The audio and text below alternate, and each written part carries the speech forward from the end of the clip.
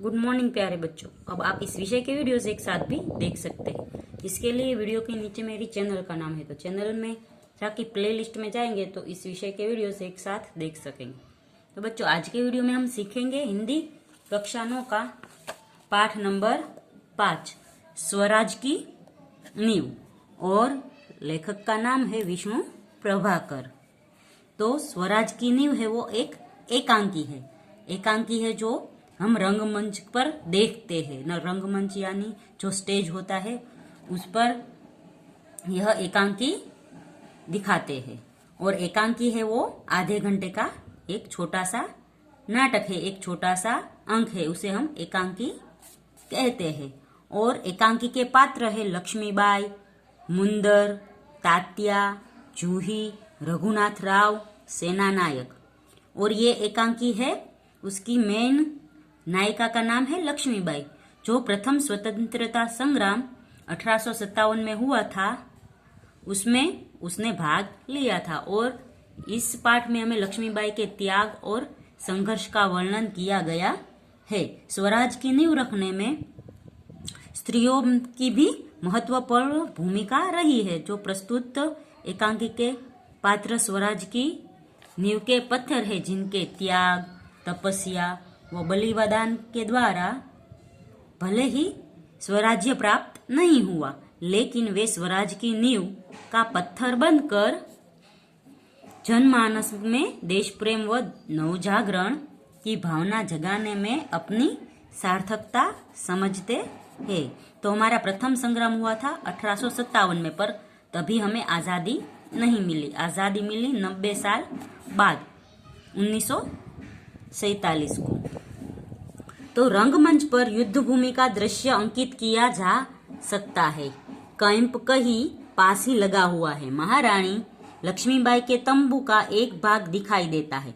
पर्दा उठने पर महारानी लक्ष्मीबाई अपनी सखी जूही के साथ उत्तेजित अवस्था में रंगमंच पर प्रवेश करती है। दोनों लाल कुर्ती के सैनिकों की वेशभूषा में है। तो पर्दा खुलता है तो लक्ष्मीबाई और उसके साथ जूही का प्रवेश होता है। दोनों है वो लाल कुर्ती पहनी है, जो सैनिकों की वेशभूषा थी। लक्ष्मीबाई बोलती है, मेरे देखते देखते क्या से क्या हो गया जूही। झांसी, कालपी, ग्वालियर कहा गई, परंतु मंजिल है कि पास आकर भी हर बार दूर चली जाती है। स्वराज की नींव, स्वराज को आते हुए देखती हूँ, परंतु दूसरे ही क्षण मार्ग में हिमालय अड़ जाता। हिमालय यानी मुसीबत, हिमालय जैसी बड़ी मुसीबत। उसे पास करती हूँ तो महासागर की डरावनी लहरें थपेड़े मारने लगती है। उनसे जूझती हूँ तो नाविक सो जाते हैं।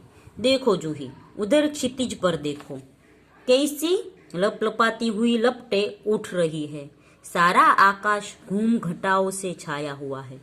प्रलय की भूमिका है, लेकिन राव साहेब है कि रक्तमंडल की छाया में ऐशो आराम में मशगूल है। आवेश में आते आते सहसा मौन हो जाती है। जूही कुछ कहने के लिए मुंह खोलती है कि महारानी फिर बोल उठती है, जूही जूही, मैंने प्रतिज्ञा की थी कि मैं अपनी झांसी नहीं दूंगी, लेकिन झांसी हाथ से निकल गई। जूही सहसा तीव्र होकर, नहीं नहीं, झांसी हाथ से नहीं निकली। मैं अपनी झांसी नहीं दूंगी। मैं अकेली हूँ, लेकिन उससे क्या, मैं अकेली ही झांसी लेकर रहूंगी। तो अंग्रेजों के साथ लड़ते लड़ते झांसी की रानी लक्ष्मीबाई है वो, उसको झांसी छोड़कर भागना पड़ा, इसलिए वो कहते हैं कि झांसी चली गई, पर फिर भी वो कहते हैं कि मैं झांसी लेकर रहूंगी। जूही, कौन कहता है आप अकेली है महारानी? आप तो गीता पढ़ती है, फिर यह निराशा कैसी? लक्ष्मीबाई, मैं निराश नहीं हूँ। मैं जानती हूँ कि मैं झांसी लेकर रहूंगी, लेकिन क्या तुम नहीं जानती कि उस दिन बाबा गंगादास ने मुझसे क्या कहा था?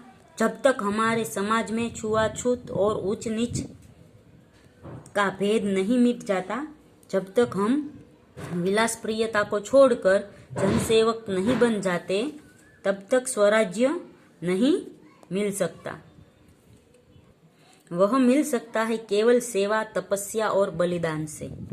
जूही, लेकिन महारानी, उन्होंने यह भी तो कहा था कि स्वराज्य प्राप्त से बढ़कर है स्वराज्य की स्थापना के लिए भूमि तैयार करना, स्वराज्य की नींव का पत्थर बनना। सफलता और असफलता देव के हाथ में है, लेकिन नींव के पत्थर बनने से हमें कौन रोक सकता है? वह हमारा अधिकार है। लक्ष्मीबाई मुस्कुराकर, शाबाश मेरी कर्नल, तुम लोगों से मुझे यही आशा है। जिस स्वराज्य की नींव तुम जैसी नारियां बनने जा रही है वह निश्चय ही महान होगा। मुझे इस बात की चिंता नहीं है कि वह मेरे जीवन काल में आता है या नहीं आता, लेकिन मुझे इस बात का दुख अवश्य है कि हमारे पास शक्ति है फिर भी हम दुर्बल हैं। हमारे पास तात्या जैसे सेनापति है फिर भी हमारी सेना में अनुशासन नहीं है। हमारे पास ग्वालियर का किला है फिर भी हम कुछ नहीं कर पा रहे हैं। क्यों, जानती हो? जूही, जानती हूँ महारानी, हम विलासिता में डूब गए हैं। तभी मुस्कुराती है और हुई मुंदर वहां प्रवेश करती है। मुंदर, कौन कहता है कि हम विलासिता में डूबे हुए हैं? विलासिता में डूबे हैं राव साहब, बांदा के नवाब, सेनापति तात्या। जूही, सहजा, नहीं मुंदर, सेनापति नहीं। मुंदर मुस्कुराती है, ओ समझी, तुम तो उनका पक्ष लोगी ही। जूही दृढ़ स्वर में, मैं उनका पक्ष नहीं ले रही, किंतु जो तथ्य है उसको छिपाया नहीं जा सकता। सरदार तात्या राव साहब को अपने तन मन का स्वामी मानते हैं। मुंदर, और तुम उनको अपना स्वामी मानती हो? जूही, हाँ, मैं उनको अपना स्वामी मानती हूँ और मानती रहूंगी, लेकिन उनसे भी अधिक मैं महारानी को अपना स्वामी मानती हूँ और महारानी से बढ़कर मैं अपने देश को अपना स्वामी मानती हूँ। देश के लिए मैं सरदार को भी ठुकरा सकती हूँ, ठुकरा चुकी हूँ। मुंदर, सका पका कर। जूही, तू तो नाराज हो गई। तो मुंदर कहती है, तुम तो सरदार तात्या साहब को अपने तन मन का स्वामी समझती हो, यानी तुम उससे प्रेम करती हो। तो जूही कहती है कि मैं उससे ज्यादा महारानी से प्रेम करती हूँ और उससे भी ज्यादा अपने देश से प्रेम करती हूँ। मेरा वह यह मतलब नहीं था, मैं तो केवल इतना ही कहना चाहती थी कि जब तूने उन्हें अपना स्वामी मान लिया है तो तू उन्हें रोकती क्यों नहीं?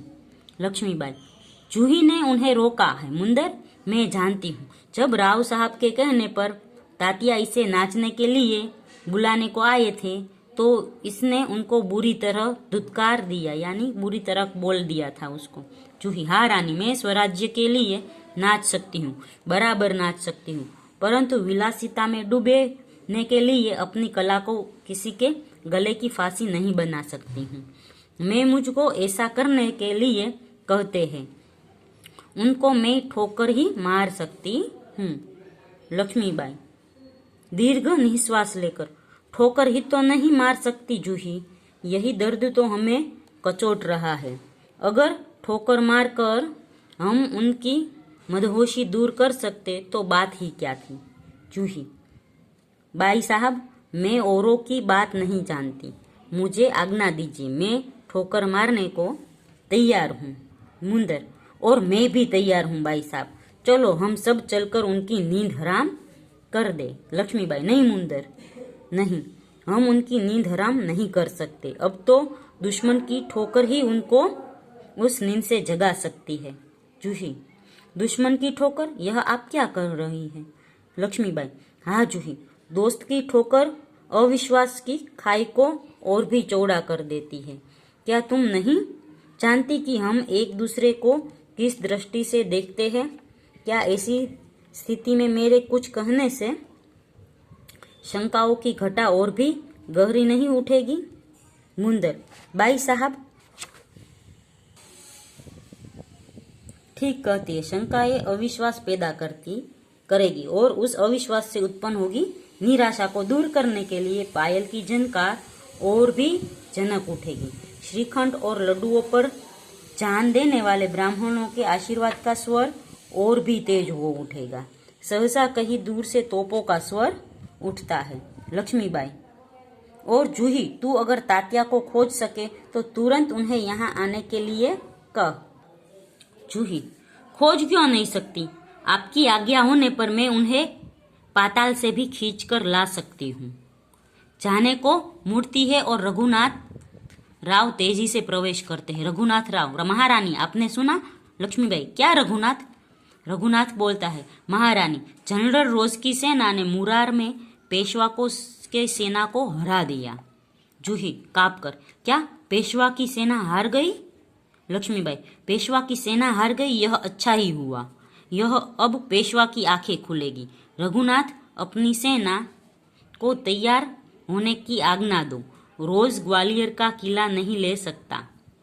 रघुनाथ, मैं जानता हूं कि वह कभी नहीं ले सकेगा। मैं अभी सेना को कुछ के लिए तैयार करता हूं। कुछ के लिए यानी अपने लड़ाई के लिए सभी सेना को आगे बढ़ाता हूं। केवल आपको सूचना देने के लिए आया था। लक्ष्मीबाई, और जूही तुम भी जाओ, लेकिन ठहरो, शायद सेनापति तात्या इधर ही आ रहे हैं। जूही बाहर देखकर, जी हाँ, ये तो सरदार तात्या ही है।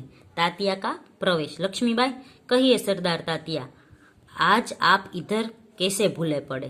तात्या, बाई साहब, मैं किसी के लिए सरदार हो सकता हूँ, पर आपके लिए तो सेवक ही हूँ।